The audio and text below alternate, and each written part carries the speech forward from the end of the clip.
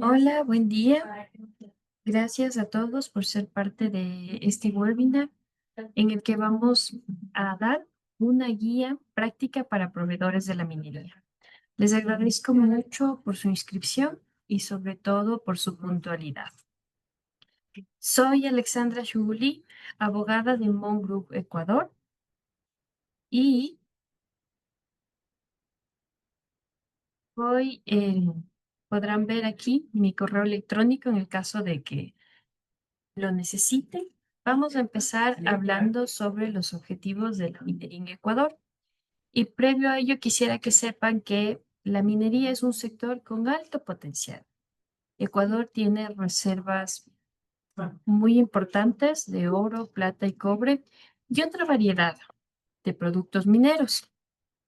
El sector minero en los últimos años ha sido considerado por el gobierno que ha generado una serie de normativa para promover la explotación de este sector y también proteger a aquellas áreas cercanas a los yacimientos.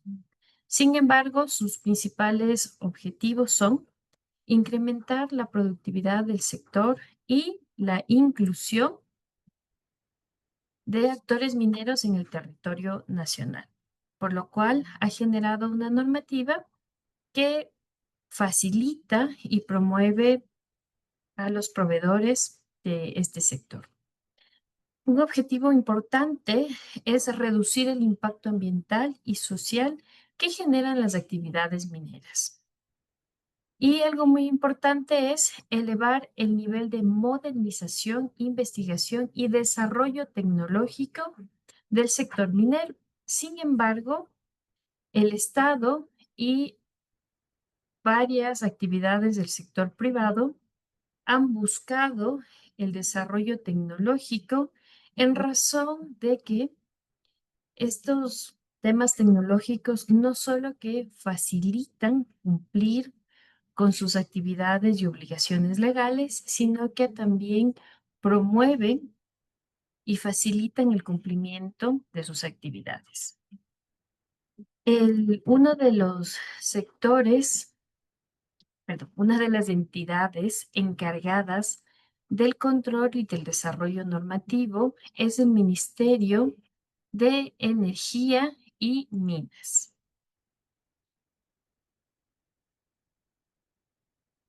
Les voy a presentar un mapa de los principales proyectos mineros. Este mapa tiene como fecha de generación el mes de junio de 2025.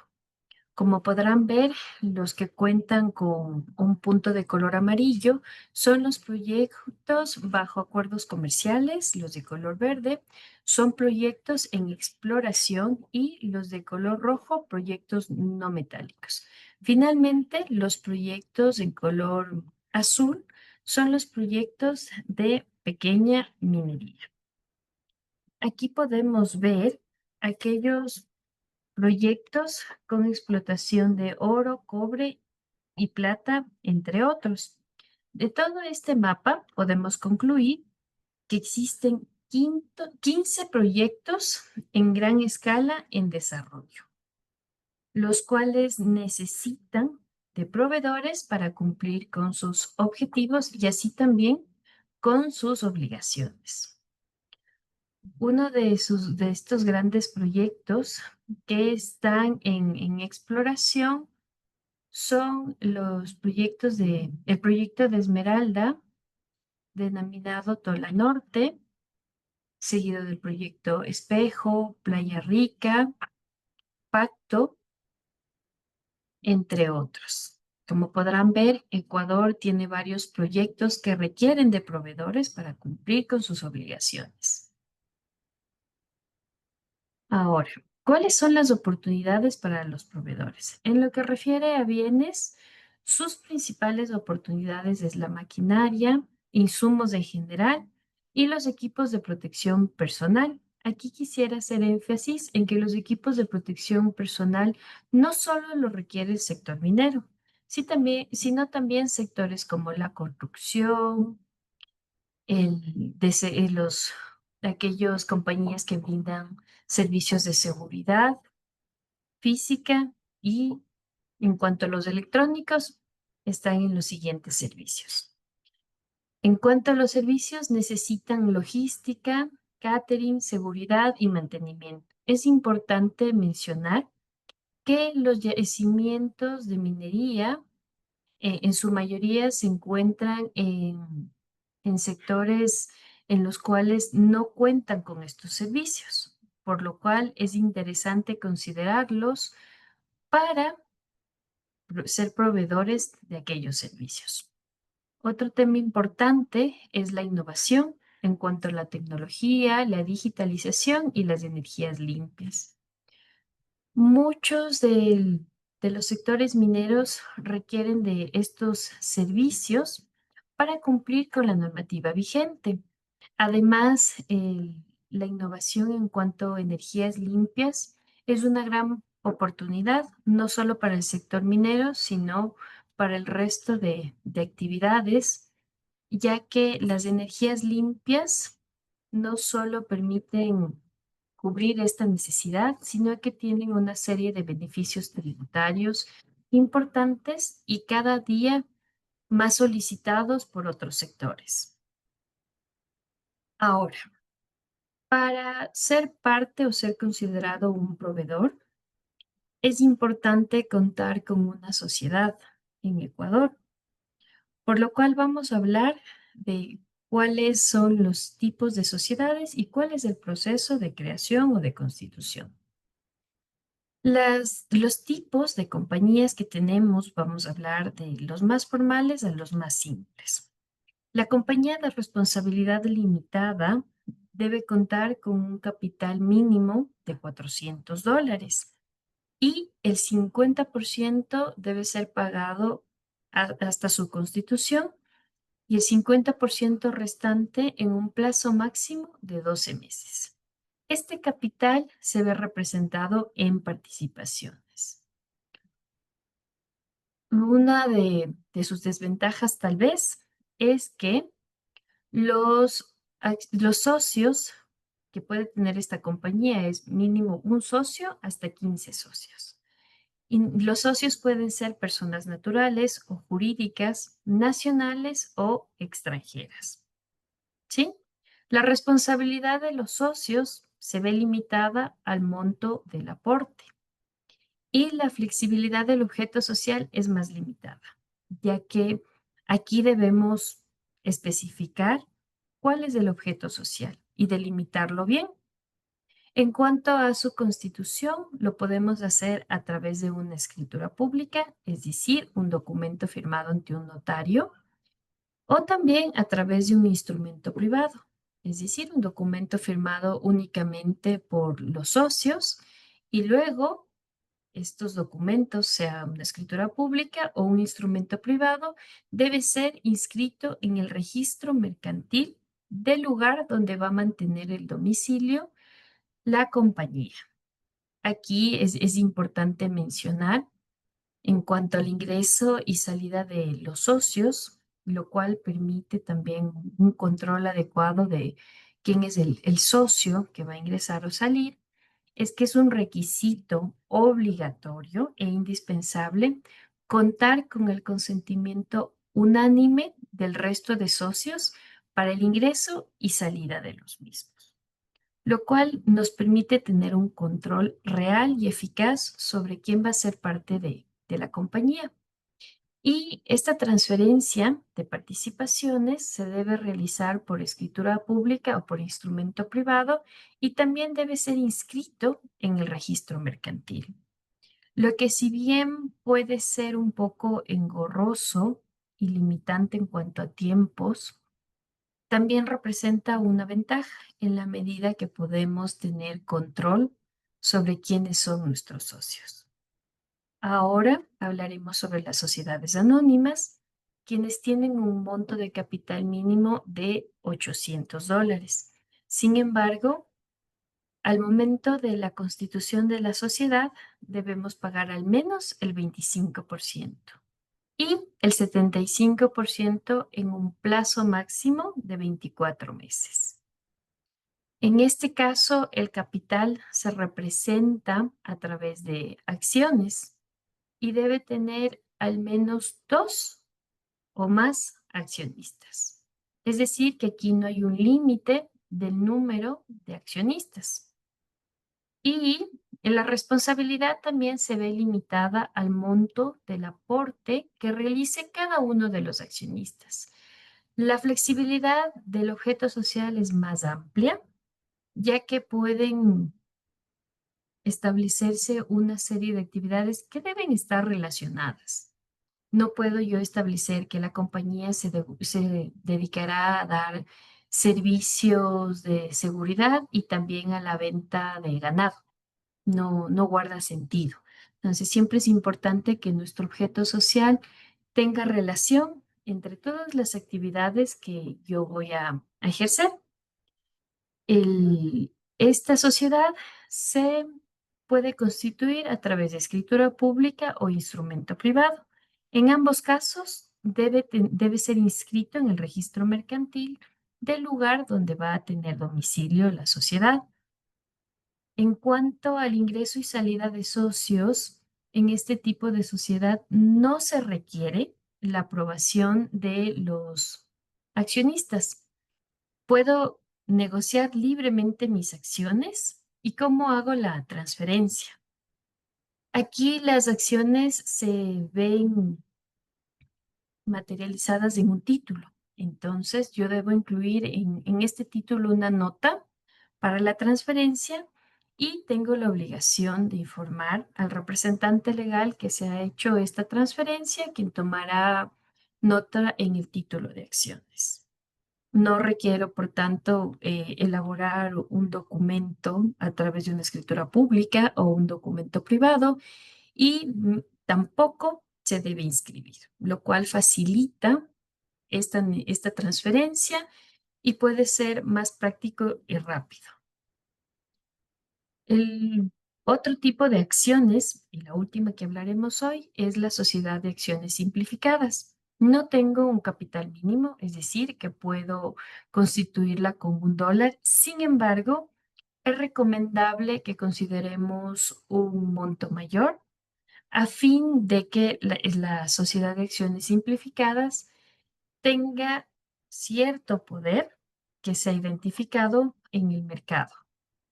Este capital se ve representado por acciones y puede tener uno más accionistas. También su responsabilidad se ve limitado al monto del aporte y su objeto social puede ser tan amplio como el de la sociedad anónima.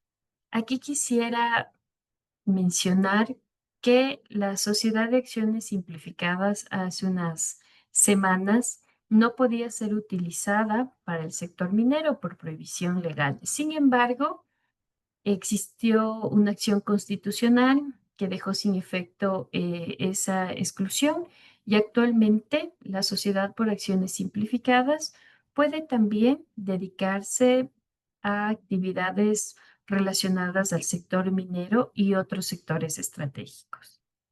La constitución de la Sociedad por Acciones Simplificadas se realiza únicamente por instrumento privado y a diferencia de las otras sociedades que mencionamos, es inscrita en el registro de sociedades de la Superintendencia de Compañías, Valores y Seguros, que no tiene un costo.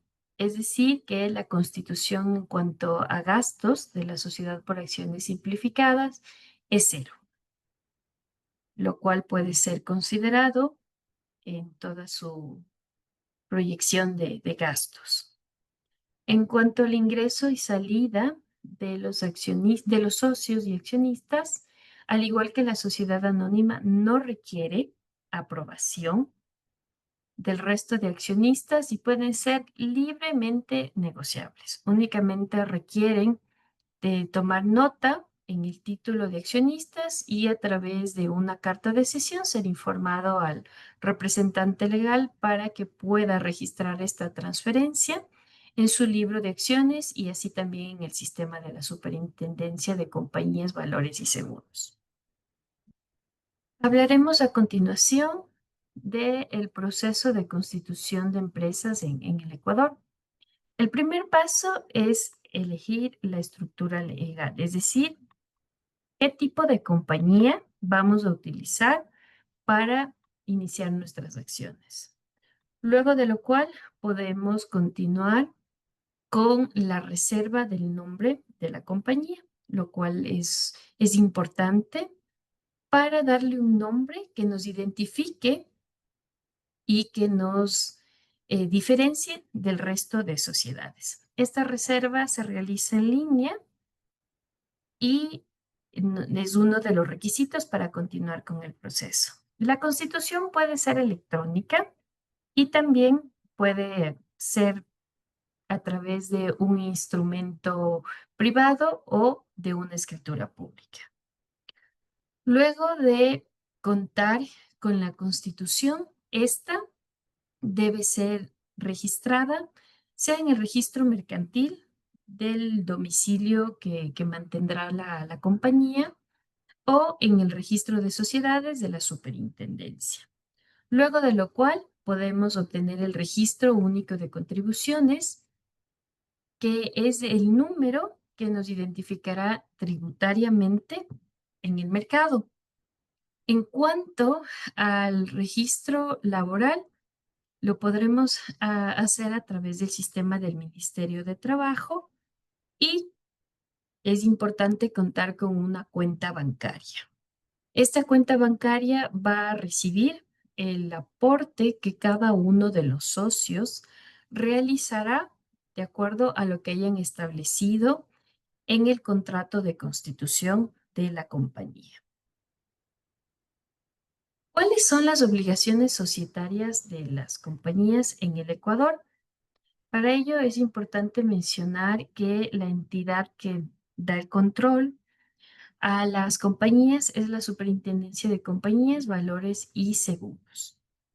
Y nosotros debemos presentar anualmente, hasta el 30 de abril, los estados financieros anuales, la lista de accionistas, el acta mediante el cual se aprobó los estados financieros del año fiscal anterior y también, dependiendo del tipo de compañía y de lo que haya determinado el estatuto de esta, se deben aprobar también el informe del comisario, si es que la compañía lo estableció, el informe del auditor externo y esta acta debe ser ingresada también al sistema de la superintendencia. Luego de lo cual, la superintendencia establece cuál es el monto de la contribución que la compañía debe pagar.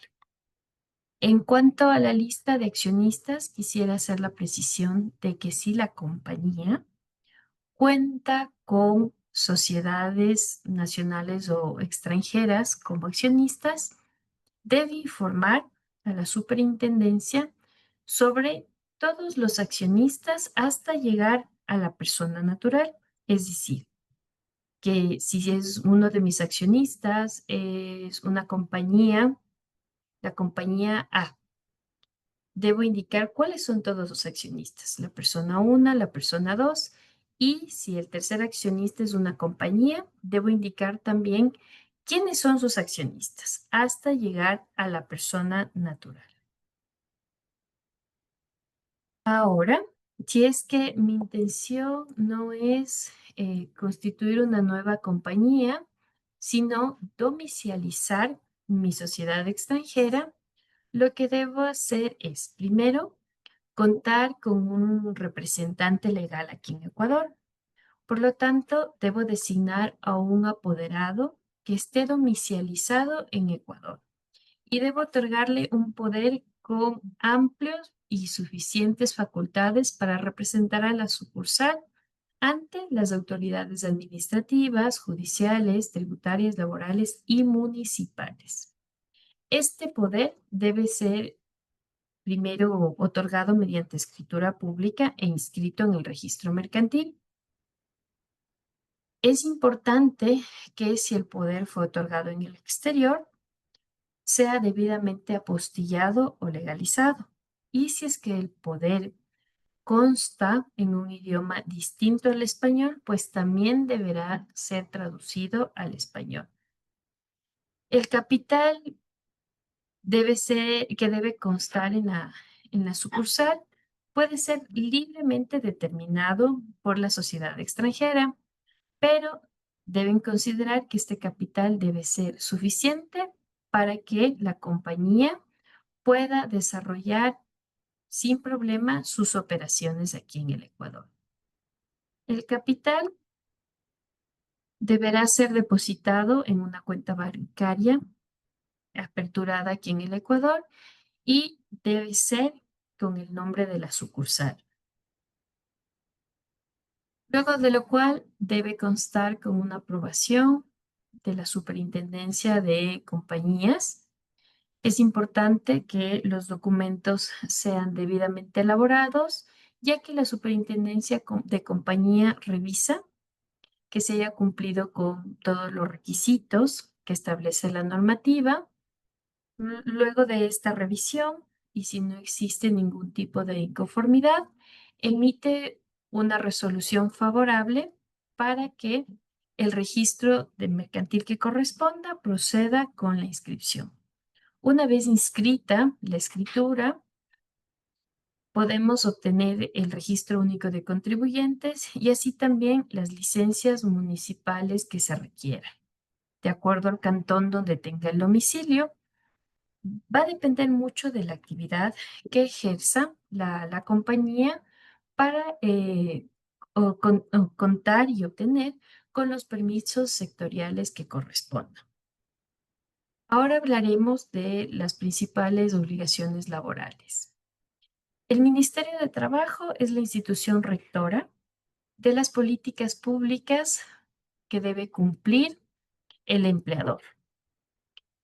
Es importante saber que el salario básico unificado, es decir, el valor que debe recibir como mínimo un trabajador, es de $470. Cada diciembre del año, el ministerio establece cuál será el salario básico unificado para el siguiente año.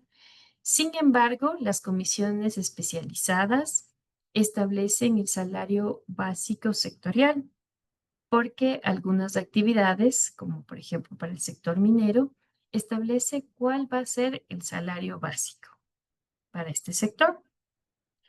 Por otro lado, es importante saber que la jornada laboral máxima que puede ejercer un trabajador es de 8 horas diarias por 5 días, lunes, martes, miércoles, jueves y viernes.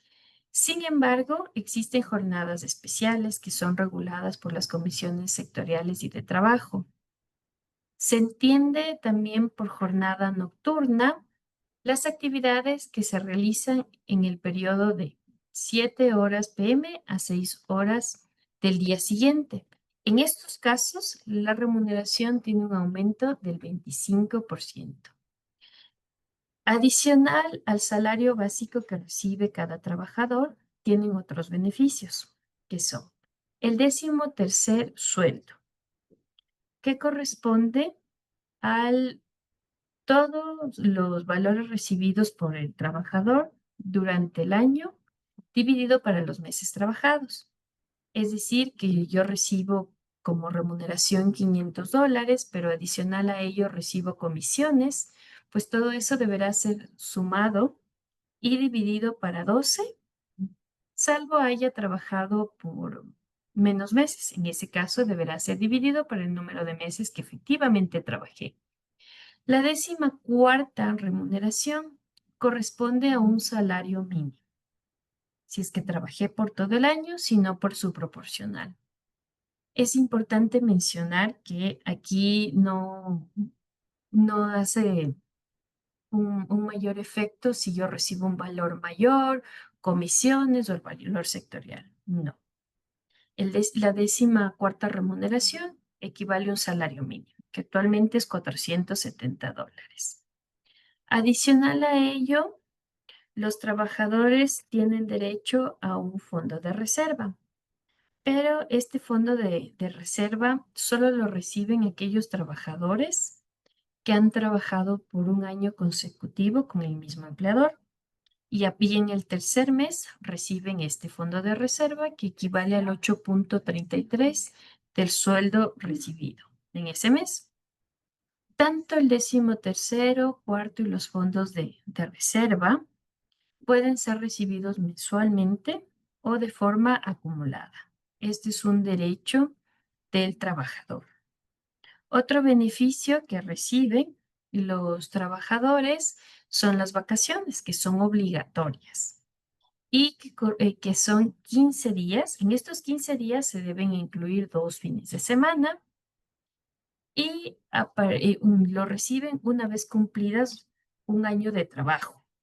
Sin embargo, a partir del quinto año, los trabajadores tienen derecho a un día adicional por cada año de trabajo. Es decir, que si yo he cumplido 6 años, ya no recibo solo 15 días, sino 16 días.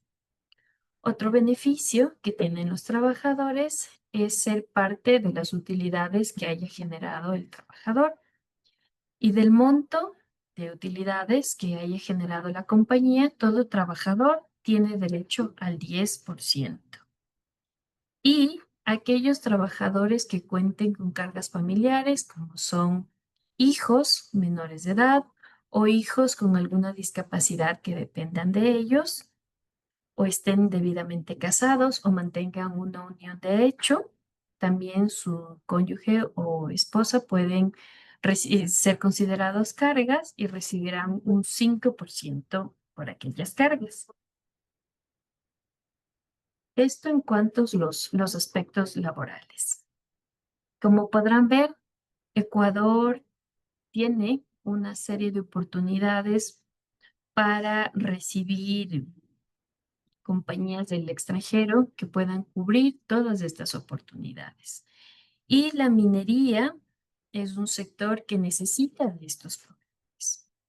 Si bien la minería también presenta un reto por la serie de obligaciones con la que deba cumplir, es también una oportunidad para quien se prepare adecuadamente. Esta sería toda la información que yo puedo proveerles por el momento. Quisiera saber si existe alguna pregunta por parte de los participantes que pueda solventarla.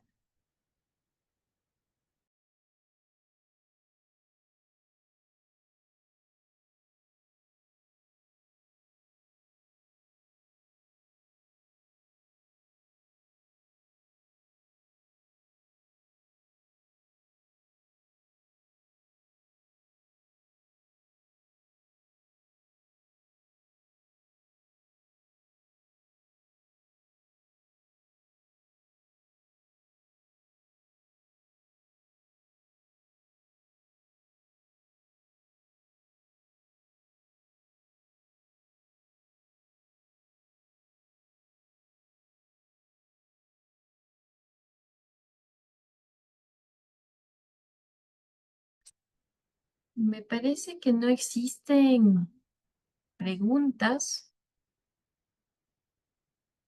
Tengo aquí la manito alzada de Vani Aguilera. Por favor, si... Sí, ¿me oyes? Sí, muy bien. Sí, yo quería saber si, bueno, soy de Ebro Armaturen, somos un fabricante alemán, yo estoy en la oficina de España, que llevamos toda Centro y Sudamérica, y mi pregunta era, eh, al registrar una empresa en Ecuador, el socio, por decirlo así, o el residente, tiene que ser ecuatoriano, nacionalidad ecuatoriano, residente.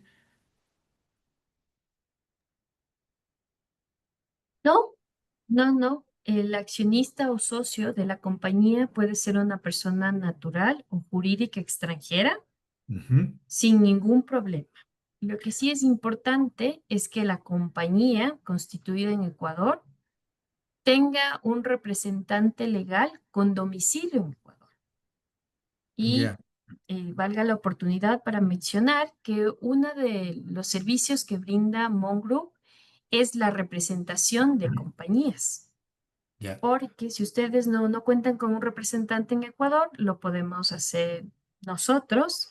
Claro está, bajo su dirección y lo que ustedes nos indiquen, sin problema. Vale, otra pregunta. Eh, en el supuesto caso que el salario mínimo, que son $470, lo redondeamos a 500 por 12 son $600 al año, más el decimotercero y el decimocuarto. Hipotéticamente, las utilidades, si son superiores al salario mínimo anual, ¿qué sucede? ¿Hay un mínimo ahí? Y si las utilidades son al repartir, porque entiendo que se empieza desde cero, al repartir las utilidades a la empresa no le va a quedar nada, dependiendo de la cantidad de empleados y los salarios que tengan. Aquí quisiera aclarar Sí, que las utilidades solo se distribuyen cuando la compañía haya generado ganancias, después de cumplir con todas sus obligaciones laborales y tributarias. vale. Entonces, pongamos un valor. Si es que se generaron $1,000, de Sí, esos $1,000, yo estoy obligado a distribuir a mis trabajadores el 10%. Si tengo un trabajador, ese trabajador va a recibir el 10%.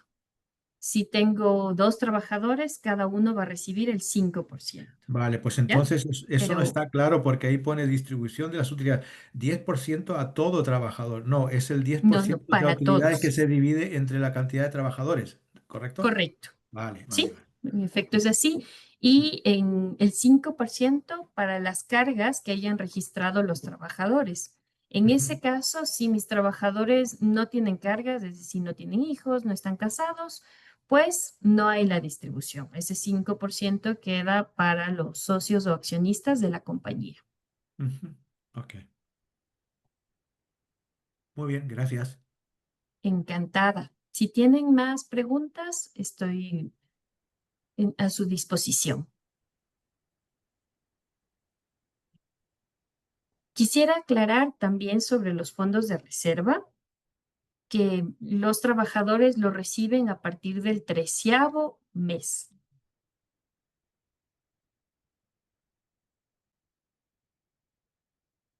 Y en cuanto a la 13º sueldo y la 14ª remuneración, nuevamente hago énfasis en que los trabajadores pueden decidir si lo reciben mensualmente o de forma acumulada a través del IES.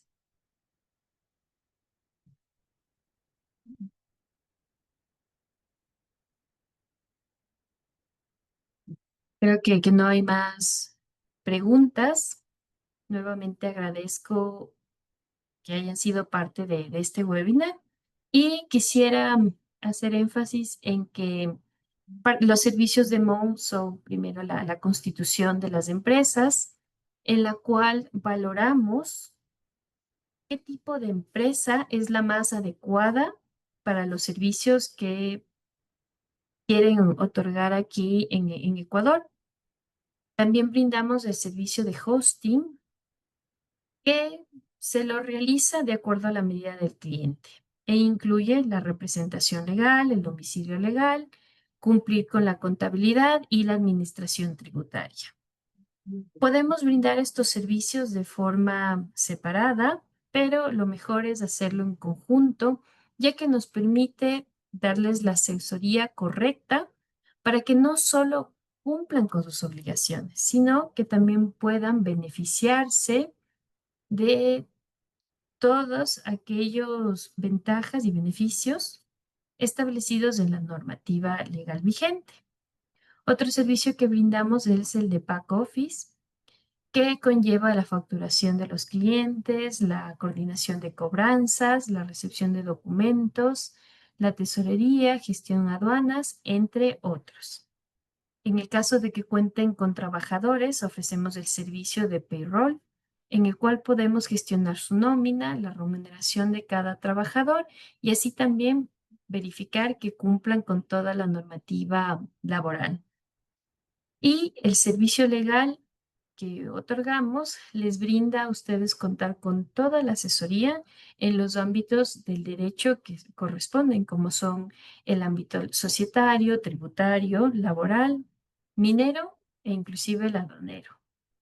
También contamos con servicios adicionales que les permiten a ustedes asegurar el crecimiento de la compañía y aquí quisiera hacer una pausa y es que si ustedes quisieran contar con personas extranjeras para cumplir con algunos servicios aquí en el Ecuador, podemos brindarles no solo la asesoría, sino también el apoyo en el ámbito migratorio para que cuenten con aquellos permisos que requiere la normativa para que los extranjeros ejerzan actividades aquí en el Ecuador, como son la representación o sean trabajadores de la compañía. Es importante también que puedan registrar su marca aquí en el Ecuador por todos los beneficios que esto representa.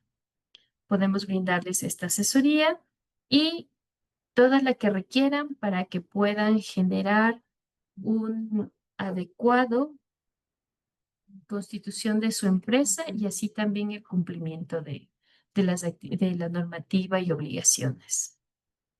Gracias por su participación.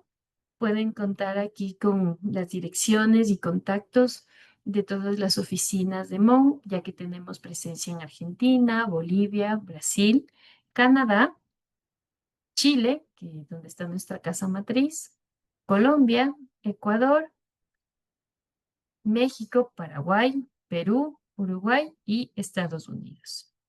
Nuevamente, gracias por su participación.